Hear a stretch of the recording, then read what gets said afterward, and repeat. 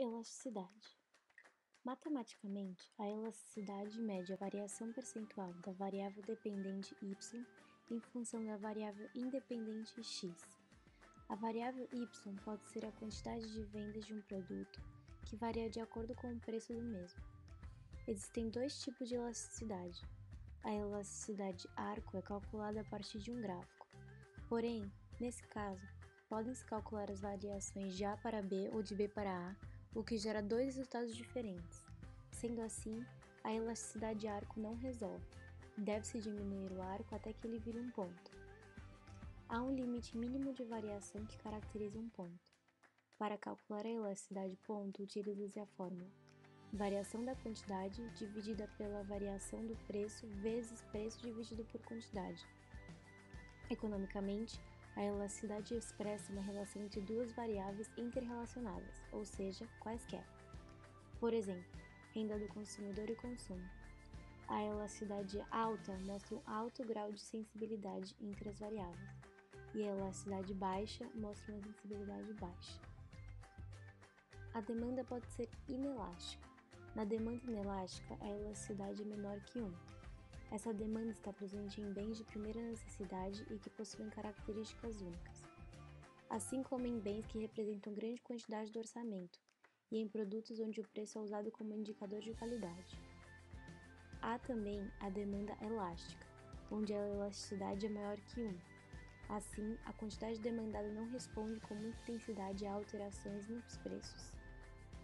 Bens considerados supérfluos com muita disponibilidade e que podem ser comprados facilmente com os concorrentes possuem esta demanda.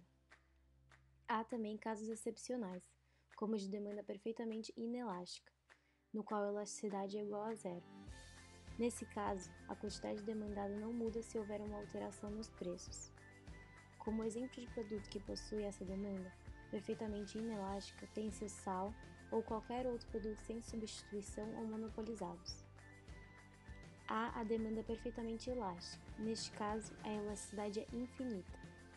Este tipo ocorre quando uma variação qualquer no preço resulta em uma variação infinita da quantidade demandada.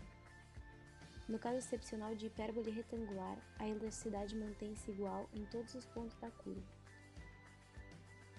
A elasticidade procura é a relação entre a derivada da receita total pela derivada do preço vezes a quantidade. Portanto, quando a relação entre a derivada da receita total pela derivada do preço é menor que zero, a relação é direta e a elasticidade é menor que 1, ou seja, inelástica. Quando é maior que zero, a relação é indireta e a elasticidade é maior que 1, ou seja, elástica. Quando a elasticidade é igual a zero, a relação é igual. A elasticidade igual a 1, portanto, a elasticidade perfeitamente inelástica. Elasticidade de renda. A elasticidade de renda relaciona a quantidade procurada